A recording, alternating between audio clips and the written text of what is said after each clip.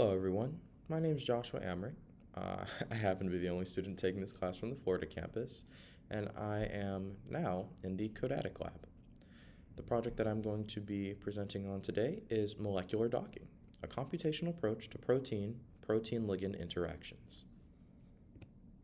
Before we get started, some background should probably be introduced just so that you get a little bit more familiar with the concept as we go a little bit more in depth with it as we go along, right? So, what is molecular docking? At its core, it's a computational method that scores complexes based upon various chemical criteria. Here I have a few listed, such as solvation-free energy, electrostatic interaction energy, and total molecular mechanics energy. And these are just like the criteria that the chemical complexes can be scored upon. What actually forms the basis of those scores, though? That's going to be different force fields. Here I have a force field derived from Harvard molecular mechanics. Hence, that's kind of like filling in some of that charm there. It's a commonly used force field. But the actual contributors, right, is going to be to the net potential energy of the complex system. And so you're going to have a lot of different portions of that equation there. You'll see that we have bond energy, bond angle energy, dihedral angle energy, the energy affiliated with dihedrals. And then we're also going to have some van der Waals interactions that might be mixed in there, electrostatic energies, Coulombic energies, even solvation-free energies, just a lot of different contributors to the net force field equation. Now, you'll notice again that I mentioned this is specific to this charm force field equation. There are a large multitude of different equations that are utilized to best represent a docking simulation. And as such, they're really good for specializing in particular types of complexes or better modeling certain situations, right? But that being said, these different contributors are going to generate a net negative potential energy for a given complex. The way that this process works is fairly iterative, so it's going to take the complex and whether the ligand is rotated in different conformations or not, or pressed against like the actual binding site of the receptor. It's going to score that particular arrangement, and then it's going to freely rotate that ligand again, put it back in the binding site, score it again, and it's just going to keep doing this, a couple hundreds, thousands of times until you get a lot of different conformations for that actual complex. And so going back, that's how you're going to end up with different scores based on these chemical criteria. And you can imagine that the higher the score, the more viable that actual structure happens to be. And so something to note as well as calculating a actual potential energy for that given system, the score itself is typically meaningless without it being used in conjunction with another score. So just wanted you to keep that in mind. So with that being said, what actually is the history of molecular docking, right? Here I have an image of this guy. His name is Kuntz. He's from USCF, I believe. And he sort of introduced this concept that started with rigid body docking, which is a model that assumes the ligand and or receptor are fixed bodies interacting under 6 degrees of freedom. Those 6 degrees of freedom are as follows: 3 translational degrees and 3 rotational degrees. In concept, it's very similar to the idea of like the children's exercise where you take the different shaped pegs and try to fit them into the corresponding holes. And so you can imagine you have this ligand, and then you have this negative space that is going to act as the receptor or active site, the binding site of your given protein, right? And what it would do is it would model the ligand as a set of different spheres, congealed into one giant mass. And then it would try to see how best it would fit within that receptor, right?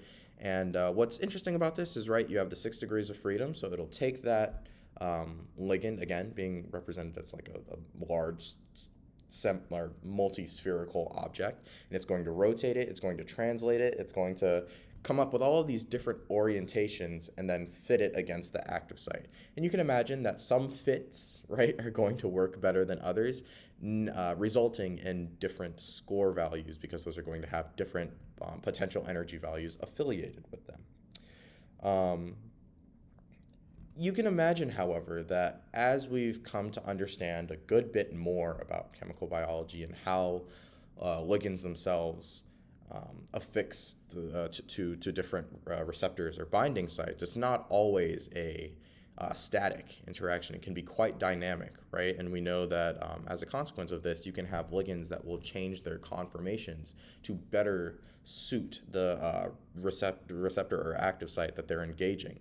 And so this led him to come up with a different, or almost like a more advanced, but it depends what complexes you're looking at. So I don't want to say it's inherently more advanced. It's just, it fits this induced fit model a little bit better. It's called flexible docking.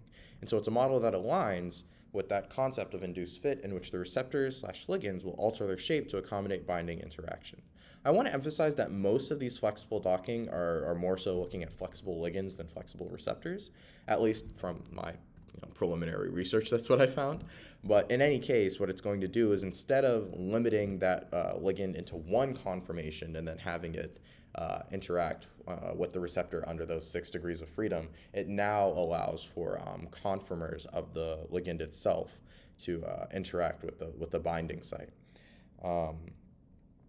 And then furthermore, another way that these base models, if you will, were advanced was through the use of fast Fourier transforms, in which the molecules would be expressed as a digital model, which allowed for differentiation of the interior and the exterior of the molecule.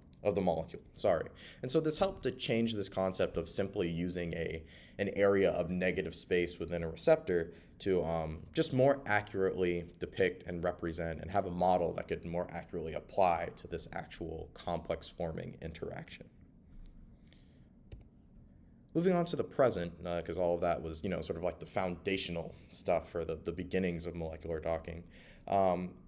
Molecular docking has a lot of uses nowadays that it kind of fits within a specific niche. It can be used for a lot of different things, but it has a couple particulars, areas that it's utilized a lot more in. So what I mean by that is it has a strong presence in drug discovery, informatics, and this allows it to be a premier technique for analysis platforms, molecular modeling, and clinical training management, as it allows for a strong overlap between the molecule modeling and medical chemistry. And you can imagine that in a multi-million-dollar industry where there is a heavy emphasis on finding ligands and inhibitors for different proteins, right? The actual screening process can be quite expensive. So this helps to sort of mitigate some of that cost as you can better explore ligands or classes of ligands that are more appropriate for the protein that you happen to be interested in. Another, advantage / consequence of the increase in popularity of molecular docking is the increases in the protein database databank. That's a mouthful. Essentially, the PDB, right, I'm sure you're all familiar with it, is a database that features a lot of the different crystallized structures, whether they be from X-ray crystallography, from NMR structures that are revealed, or from even cryo-EM, which is picking up, right? It has all of these different structures for these proteins and their respective protein complexes. You can sort of imagine that it works hand in hand with molecular modeling, because a lot of times they're going to take these base structures and use them within their molecular docking simulations. And vice versa. You're able to gather complexes that you were able to compute, or computationally derived complexes, and place them on the PDB that can be used as a basis for future experiments. So it's kind of like a feedback loop that helps contribute to just the overall network of available complexes that we'll have for protein-ligand interactions. And something I want to note, by the way, is I've been sort of focusing on this protein-ligand or protein-protein. What's really neat is the future of this, and I'll get into it, or at least I'll get into the future of molecular docking a little bit more later, but we're approaching more interactions with different type of chemical species, those being like lipids, nucleic acids, carbohydrates, and this is all going to be incredibly useful in better simulating these complex interactions and complex forming interactions. So as I touched on before, you can think of molecular docking in two primary categories, those being rigid body docking and flexible docking. So for now, let's talk about rigid body docking. It displays an improved accuracy with bound complexes compared to unbound complexes. And you can imagine how that would make sense, right? With this, when the complex is already bound, it's easier to work within those different, or within those 6 limited degrees of freedom to calculate the different energies of said bound complexes. So it's going to produce a large number of docked conformations with favorable surface interactions. Again, it's obviously evolved quite a bit from simple fitting a different shape into a different peg hole, right? But it is still relying on that fundamental foundation to help drive that sort of function for rigid body docking. And so, again, it's going to be highly dependent upon that shape complementarity in order to function. Here in this image, this is ClusPro, how this functions at least. This is just an online server where you can submit a receptor and ligand. I've actually used it before. It was for an undergraduate project. I submitted a ligand, pioglitazone, and a protein, midonate, and it was interesting. You literally just submitted the 2 ligands, which you could have gotten off of the PDB, and then it's going to employ a rigid body docking protocol in which it takes that ligand and it's going to rotate it and translate it in about thousands of different ways, and it's going to line it up with different potential receptor sites along the receptor itself. You can notify where you imagine the receptor site to be or the active site of that protein to be, but it can put it anywhere that it thinks, quote unquote, makes sense based on the electrostatic interactions that are present or the van der Waals interactions. But in any case, it's going to rotate, translate that ligand thousands of times, calculate a score, and then, like I said, it's an iterative process. It's going to do that over and over and over again, and then you're ultimately going to get back a bunch of different structures and their respective scores. It's actually quite interesting the way that it works and just how quickly you get back those scores. This is going to be improved via the fast Fourier transform correlations, as I mentioned above, as these explore docked interactions using electrostatic and solvation terms. So it takes a lot more into consideration than just the shape complementarity itself. Here I wanted to show you an example of how it's used, rigid body docking in graduate level papers at least. So here we have a combined spectroscopic and in silico approach to evaluate the interaction of human frataxin with mitochondrial superoxide dismutase. So what's going on here? Essentially, frataxin is a mitochondrial protein, and there is evidence that it is implicated in biosynthetic iron-sulfur cluster machinery, redox imbalance, and iron homeostasis. This suggests an interaction with mitochondrial superoxide dismutase 2. It's a mouthful. We'll just call that SOD2 from now on. And they use site-directed spin-labeled coupling for EPR, as well as fluorescence quenching experiments paired with rigid body docking. And they were able to conclude that the interaction would be relevant during the assembly of iron-sulfur clusters. And so what are we looking at here with some of these different structures, right? This gives you a good idea of how they actually model the proteins itself, and it has some of the specific residues labeled, which can be pretty nice, especially if you have a inkling about which residues are going to be interacting with the receptor binding site itself. So here we have that spherical model of FXN or frataxin. Looking onward, we have this graph that looks at the FXN interface residues and the SOD2 interface residues. And so what's interesting about this is it literally looks at the frequency at which certain residues are involved with the complex interaction itself based on the rigid body docking. So it got all of these different scores, it got all of these different complexes, and from these complexes, it was able to look at one particular residue and count how many of those different complexes was that residue involved in an actual complex forming interaction, which is pretty neat because it helps to sort of,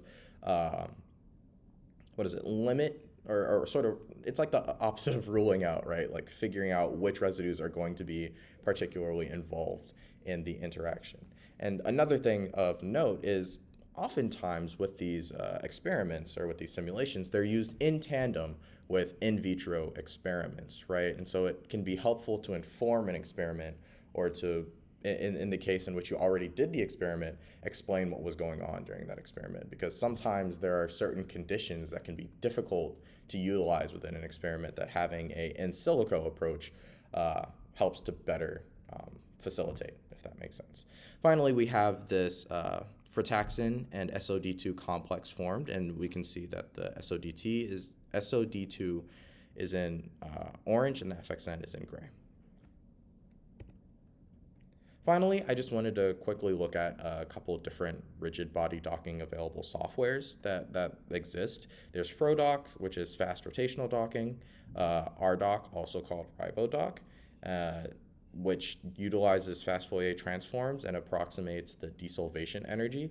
And so it's going to have the same, and something I want to keep in mind is all of these different docking protocols, they all kind of have the same basis. It's the little tiny differentiations that sort of enable them to have different software names and, allow them to sort of stand out for why you would choose to use them over another.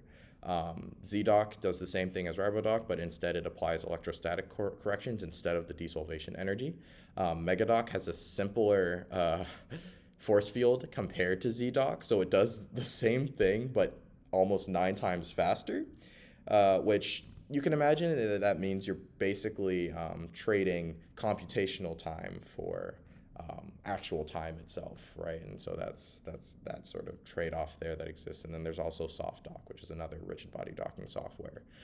This is just to name a few, by the way. There are tens of hundreds, potentially, different softwares that exist that you could use to perform rigid body docking protocols. Moving on, let's discuss flexible docking. So, as I mentioned before, what makes flexible docking different from rigid body docking is it gives the ligand the ability to adopt different conformations as well as perform like the sort of like shape conformation analysis with the receptor itself. And so you can imagine that, one, a lot of the different flexible docking packages are going to take a lot more time compared to the rigid body docking. That's one benefit, you could say, of rigid body docking. It sort of simplifies the process, and especially if you know the conformation of the ligand. For example, if you've gathered a structure like from X-ray crystallography or from NMR, you know what the conformation looks like and you're informed about that beforehand, you can save some time in performing rigid body calculations as opposed to flexible docking calculations. But what makes the flexible docking good is it can better elucidate the actual mechanism, right? How the ligand is going to change to affix itself to this actual receptor or binding site. Major strategies that are employed for the flexible docking include Monte Carlo methods, in-site combinatorial search, ligand buildup, and site mapping and fragment assembly. I just wanted to quickly go over what some of these things mean. So Monte Carlo methods, the way that works is it's going to accept or reject random changes of the thermodynamic accessible states. It undergoes somewhat large changes in conformation, allowing the ligand to cross energy boundaries on the potential energy map. And so what I have I guess this graphic here of this map along this 3-axis situation here, this is the potential energy map for a given molecule. And so all of these lifts in the map are going to be the actual potential energy boundaries, right? And so the Monte Carlo method allows the ligand to make a somewhat large conformational change. It's going to rotate a specific bond. It's going to maybe manipulate a particular bond angle or dihedral angle, what have you. It's going to do all of these different functions, and that's going to shift it along that potential energy map as it affixes it to the receptor as well.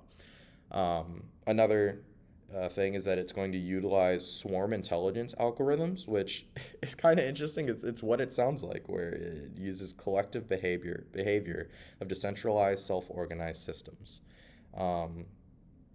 The ligand buildup, site mapping, and fragment assembly, the way they work is they're going to build ligands into the binding sites and connect individual molecular fragments into a single molecule. And I thought that one in particular was actually kind of interesting, right? Because instead of taking your entire ligand and making slight modifications to its conformation and fixing it to the receptor, it's almost like a combination of the rigid body docking model where you have that negative space that the receptor would provide, and then you have like the fragments of your ligand, and you're just sort of like picking and choosing and fitting them into the receptor, or rather the computational model is doing this, right? And it's figuring out, okay, now I need to reconnect my ligand in a way that makes sense, right? That could come from my base ligand. And that's what's going to happen there. And I just thought all of these different models were pretty interesting, but you can imagine, like I said earlier, that it's going to be quite computationally expensive, especially compared to the rigid body docking models. So here we have protein-protein docking with large-scale backbone flexibility using coarse-grained Monte Carlo simulations. This is one application of flexible docking. I wasn't really able to find one that used in vitro and in silico models, but this one we'll have to do, right? So essentially what we have here is they were trying to show that in proof of concept simulations, instead of utilizing two steps, right, the way that flexible docking tends to work is it'll use two steps, which involve protein-protein orientations and then the actual structure flexibility. And these things are going to be simulated separately. However, what they were trying to do was to utilize coarse-grained mechanics simulations, or coarse-grained Monte Carlo simulations rather, to do it all in a single step. What are coarse-grained simulations? So typically what makes these calculations so expensive, right, is you're trying to model the entire molecule and all of the atoms involved in that molecule. But there are ways that you can actually simplify that. So they would take a peptide, let's look at one unit, right? And so the alpha carbon is going to be represented by one sphere. The terminal nitrogen is going to be represented by another sphere. And then the actual the residue itself that sort of separates it, right? The functional group that is attached to that peptide, that's going to be represented by another sphere. And so instead of having to differentiate these spheres literally by atom, you can sort of simplify the ligand itself in this sort of way. And so in doing this enabled them to combine those two steps and to make it a lot simpler of a calculation. And so this helps to sort of put it on the order of computational availability that rigid body docking can provide. So here we look at the progression of the protein-protein docking protocol for their Barnase bar star ligand. And so A looks at 10 complexes that they're able to form. B shows, I believe, about 100 of them. And then C shows thousands of them and all of the different conformations. D has this one specific conformation of the complex that was able to be pulled out, and it happens to be the quote-unquote highest scored complex, so it's the most efficient one.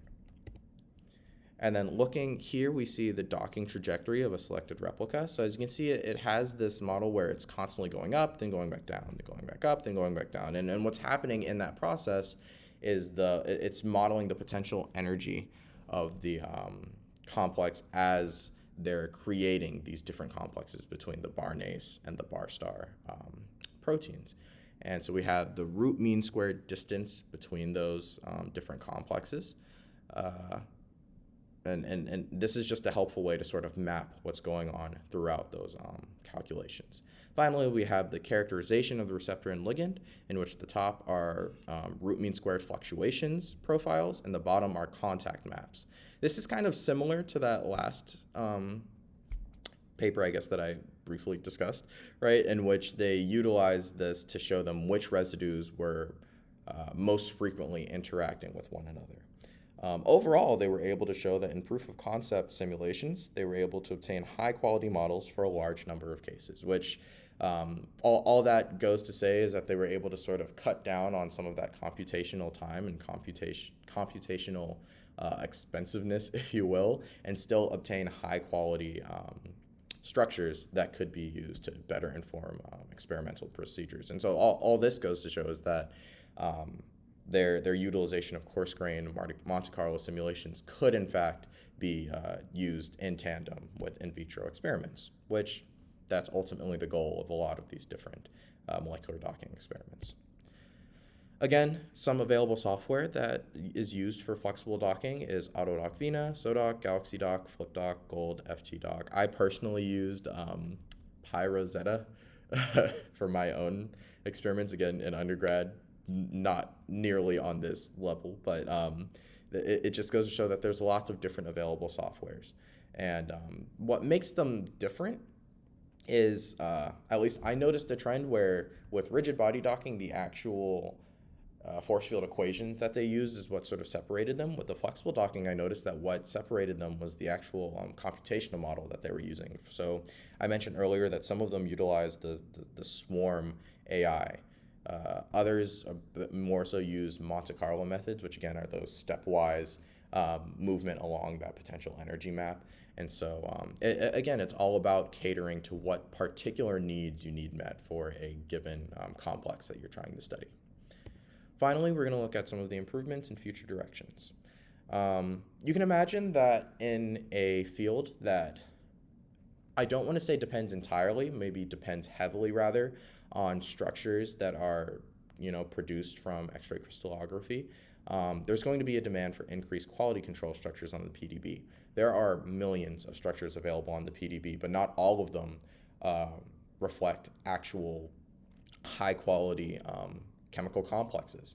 And so in order to improve the future of molecular docking, it would be helpful to either have high quality complexes or just high quality images of the receptor and ligand itself, so that can provide better calculations, right? It's kind of like with the molecular dynamics in general. Whenever you want to submit a job, it's easier to do so when you're starting job, right, is optimized to the best that you could do. So if it's a low quality structure, oftentimes it may not even run the trajectory that you had in mind.